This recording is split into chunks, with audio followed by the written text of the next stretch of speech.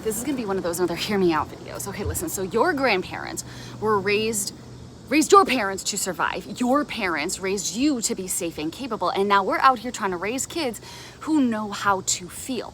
None of those ideas are wrong. Every single one of them is just simply reacting to what they missed in their own upbringing. Think about it. Our parents, they grew up in an era governed by the I said so. Those are the ones that are born in the 1950s and 60s, right? Strict obedience always mattered well over those individual feelings. Children were meant to be seen and not heard, and discipline, they came from a place of survival. This wasn't about cruelty. It was simply the reality of a post-war parenting world that had no therapy and no language for deep emotions. And then if we fast forward to when they had kids, us, we were parented in the 1980s, they didn't become permissive per se. Discipline still stayed strict. The firm, because I said so, it didn't go anywhere. What changed then was the awareness. The 90s and 80s brought about more of that stranger danger campaign.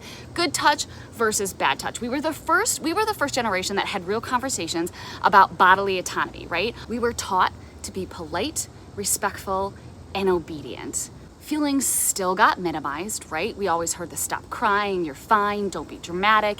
We learned how to protect our bodies before we ever learned how to name those emotions. So we knew how to say no to a stranger.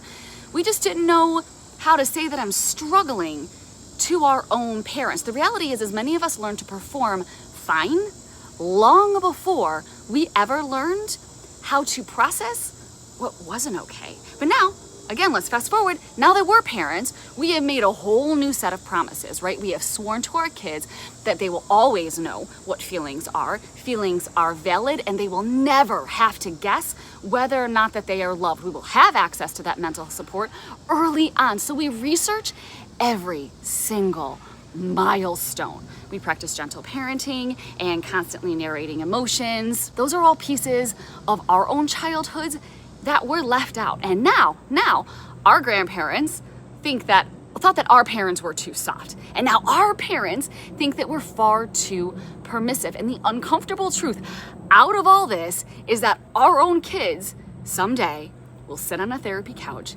explaining exactly what we got wrong too. Every generation fixes the last one's wound and quietly opens up a new one without even knowing it. So maybe the goal is never to have a flawless, perfect generation. Maybe the real win is just raising kids who need a little less healing than we did. Not zero, just less.